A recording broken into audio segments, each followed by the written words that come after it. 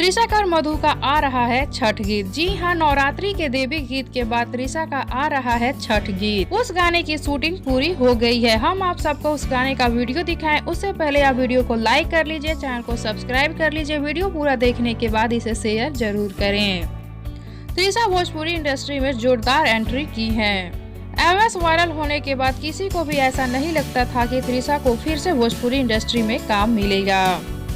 खुद त्रिशा को भी ऐसा लगता था कि उनको अब भोजपुरी इंडस्ट्री में दोबारा काम नहीं मिलेगा। त्रिशा ने ये सारी बातें खुद बताई हैं अपने एक इंटरव्यू में। त्रिशा ने कहा था, मुझको एमएस वायरल होने के बाद ऐसा लगता था कि मेरा कैरियर खत्म हो गया है, लेकिन अभी ऐसा नहीं है। त्रिशा फिर से भोजपुरी इंडस्ट्री में काम करने लगी हैं और उनको बहुत सारे काम भी मिलने लगे हैं। त्रिशा को लोग भोजपुरी इंडस्ट्री में काम ऑफर कर रहे हैं। त्रिशा को एक बार काम मिल गया समझिए, अब उनको काम मिलता ही रहेगा। अभी त्रिशा का एक नया गाना आने वाला है छठ का। इस गाने में बेहद खूबसूरत लग रही है त्रिशा। त्रिशा इसमें लाल रंग की साड़ी पहनी है और पीले रंग का सिंदूर लगाई है, वो भी नाक से लेकर माथे तक। ये एक छठ गीत है और ये गाना है छठी मैया के होता आगमन स्वागतम स्वागतम। ये गाना बहुत ही अच्छा है। इस गाने को गाया है पवन सिंह ने।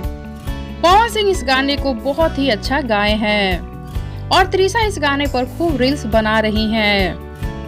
तो आप सबको कितना इंतजार है इस गाने का, बताइए हमें नीचे कमेंट बॉक्स में। साथ ही वीडियो को लाइक कर लीजिए, चैनल को सब्सक्राइब कर लीजिए और इस वीडियो को ज्यादा से ज्यादा शेयर कीजिए ताकि और भी लोग इस गाने के बारे में जानें।